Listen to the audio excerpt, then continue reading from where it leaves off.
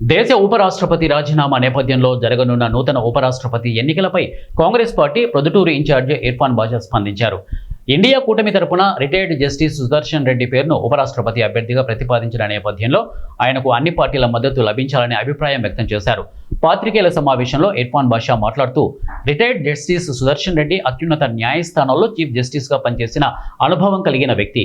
అలాంటి వ్యక్తి నాయకత్వం కలిగిన అభ్యర్థిని మన ఎంపీలు గెలిపించడం దేశానికి, రాష్ట్రానికి ఎంతో అవసరమన్నారు. కాంగ్రెస్ కూటమి తరపున సుదర్శన్ రెడ్డి గారు నామినేట్ అయ్యారు. ఈ సందర్భంగా మన ఆంధ్రప్రదేశ్ చెందిన 2 ప్రాంతీయ పార్టీలకు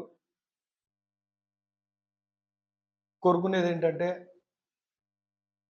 సుదర్శన్ రెడ్డి గారు ఒక సాధారణ రైతు కుటుంబం నుంచి ఉన్నత చదువులు అభ్యసించి